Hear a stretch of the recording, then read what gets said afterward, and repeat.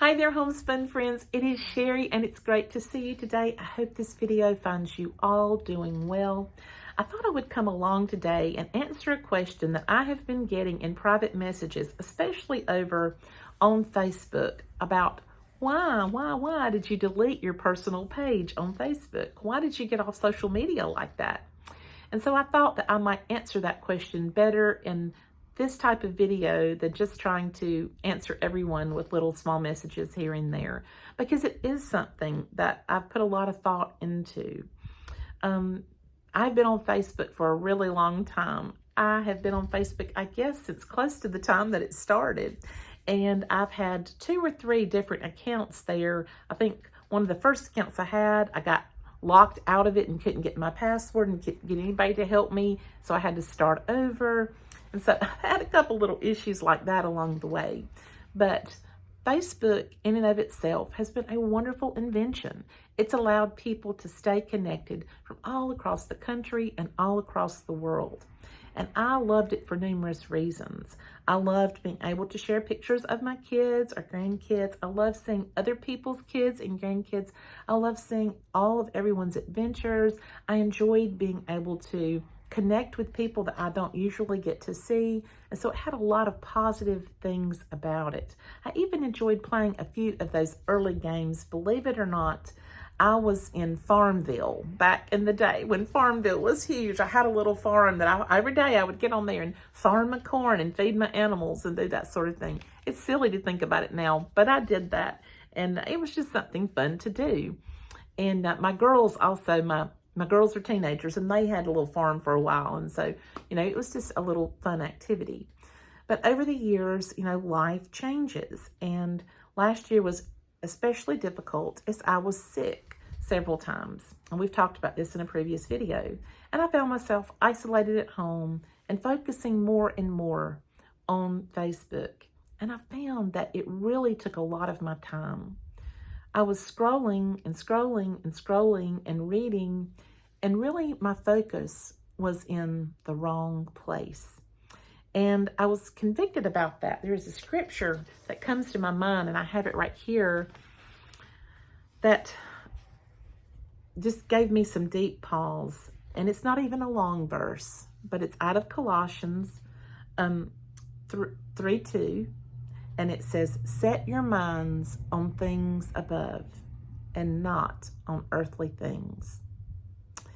And I realized that my mind was just constantly on earthly things and other people's trips and other people's activities. And I also noticed that I had several people say things to me that bothered me.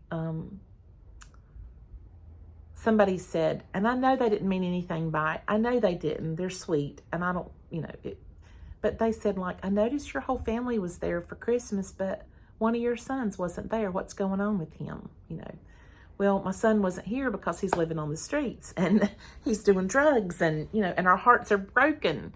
And it was a hard time, and I was still, coming to terms with all of that. And, I don't see your son. I don't see his kids there. Why are they not there? And that kind of thing. And it hurt. I mean, it hurt. And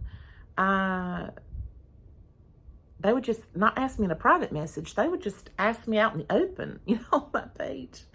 And I, I thought, man, I don't want to answer this in public and on social media right now. I'm not ready. To talk about this. And so it just, there's a lot of pain that can come from following others on social media and having other people follow you and ask you a lot of really personal questions that really shouldn't be asked. And so that was one thing. It was taking a lot of time, and I was thinking on the wrong things and thinking more on earthly things than heavenly things. And I really needed to be spending my time in a better way, learning a new hobby, getting in the kitchen and cooking, working on a craft at my house, writing, studying my Bible, any of those things, spending, time outdoors, instead of just, sitting around, scrolling around, watching other people's lives go by. I also found that people on Facebook do a lot of comparing. They compare your life to their life, and you end up doing sort of the same thing. And you think, well, why are they taking so many vacations? Or I wonder why they got a new car again. Or, I've had people ask me that at church. I saw so-and-so got their third new car in 3 years on Facebook. I saw that. Do you know why they're getting so many new cars? No, that's their life. Good. I guess, they wanted another, I don't know. How do you answer that? So I think that we get fixated on comparison. And we know Theodore Roosevelt said it best, comparison is the thief of joy. And that is the truth, because if you start looking at your life and someone else's life and you begin to compare the two together all the time, you're going to notice that you're not as happy and you're not as joyful, because your time is being absorbed on the things of earth and not heaven. And so that was something that impacted me. I also noticed that Facebook brings out a lot of negativity.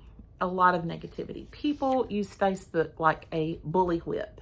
And anything that happens in the community or in their own family or in their church, it is brought up on Facebook.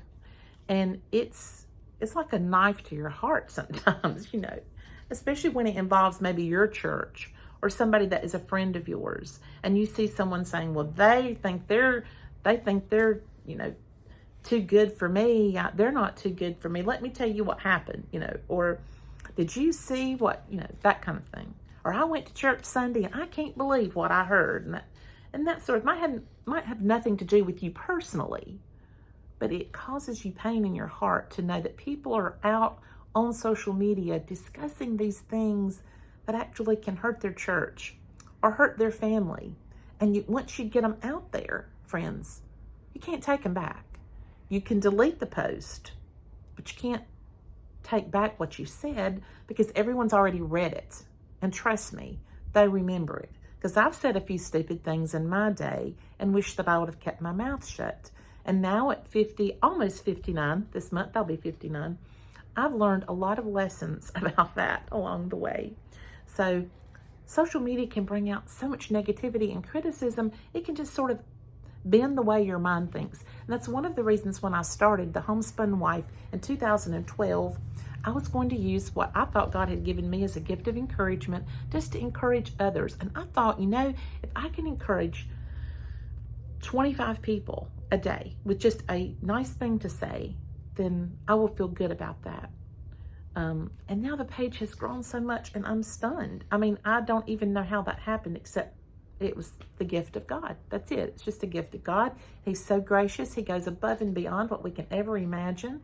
But even so, there have been times I've considered deleting my Homespun Wife page. I have considered it, because I'm like, is this taking too much time? Is this edifying God and others? Let me check all the motives and make sure that I'm doing what God wants me to do for the right reasons and everything. And so I'm constantly evaluating that, just as I was evaluating my own personal Facebook page. I've also noticed that, Facebook can bring out a lot of jealousies. A lot of arguments and needless arguments can start. Some of them can be about culture. Some of them can be about the government, whether the big government or local government. Some of them can be with, like I say, within families, there can be jealousies that are truly festered there on social media. I did not like seeing that, and I didn't think it was good. And another thing that bothered me, and it is something I've thought about here on YouTube, is that sometimes when your life is out there, you lose a lot of privacy. Now, I have grown up in a pastor's home my whole life long, and everything's kind of out there in the open. But But there are some areas of your life where you would like for there to be, just for you or just for your family. And sometimes too much maybe is out there on social media, and you lose some of your privacy, and that was a consideration. It has been proven that for many people, when they reduce their time on Facebook or they get off of Facebook altogether, they have, it's proven, they have less stress, less anxiety, less loneliness, and more time to do other creative things. And so always keeping that balance in check is so important. Now, I've had people tell me here on YouTube, I wish you did more videos because I'm not over on Facebook. And I understand that. And one of my suggestions to one of my followers who's here, a subscriber, I told her to do sort of what I decided to do, because I'm not allowed to have the Homespun Wife without some type of personal page. And so what I did is I created a page, a brand new page, personal one, with part of my name in it. And that became the page that I use to run, the Homespun Wife. There I have, I think, 3 friends that are all immediate family members. That's it. I just put them on there because if something happens to me, I want them to be able to come onto the Homespun Wife page and tell, my followers that something has happened, and that way they'll be able to communicate with you. And so that's sort of why I wanted them to be able to connect with me and maybe have access to my page that way. But other than that, I have no other friends, nothing. I just try to stay. Don't even go over on that page at all. And I miss some things about Facebook. I do. I miss seeing my grandchildren's newest pictures. I miss seeing a lot of things that, my children are involved in and doing. One of the things I asked my kids to do when I told them that I felt God wanting me to get off Facebook is I asked them to start sending me personal texts with videos and images of the children so that I could see sort of what they're posting on Facebook without having to actually get involved in conversation over there, on Facebook, and keeping my personal page, out there in the open.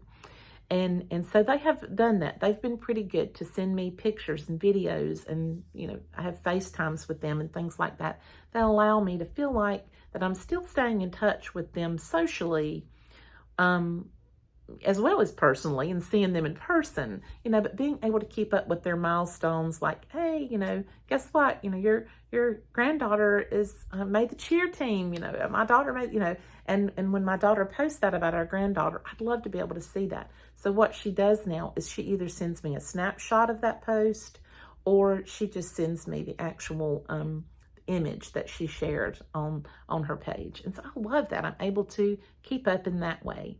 But I really felt that God was leading me to get off of Facebook.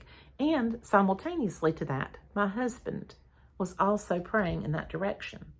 And so together, it was just kind of we didn't intend to do it at the same time. But as I began talking to him about what, God was doing in my life, he said, hey, God's talking to me about that too. I think I'm going to get off Facebook. And so we have. And we are not fully off of Facebook, I will say that, but we do not have our main page there.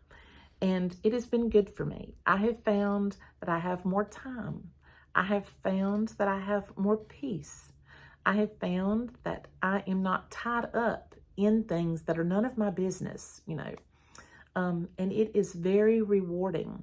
In the 8 months, and I didn't think I could get away from it, but in the 8 months that I have been away from Facebook, I have put my phone down and my iPad down and gone outside and done other things for several hours at a time without even checking in. And that is something that I didn't do before. And so I know that this has been a positive change for me. And so I would just like to know, in your life, have you decided to keep your Facebook page? Have you ever taken breaks from your social media accounts? And how did it impact your life when you did? And have you ever considered, if you're not on Facebook, creating like that little anonymous burner type account so that you can follow just a few groups that you might want to follow? And I think I'm going to complete my thought that I made earlier to someone when they said, I'm not on Facebook. And I said, you could create an account that's just like, a little small account without any friends, just so that you can follow like the Homespun Wife or maybe some other Christian page, because there's so much good out there. And we want to get the good things without having to compromise in areas where it's not beneficial to our lives. So remember this, friends. Remember this little verse here out of Colossians. Set your mind on things above and not on earthly things. Oh, I'm still working on that day in and day out. Friends, it has been great to just share a few words with you from my heart. I appreciate you all. And like always, I look forward to seeing you next time. Bye-bye.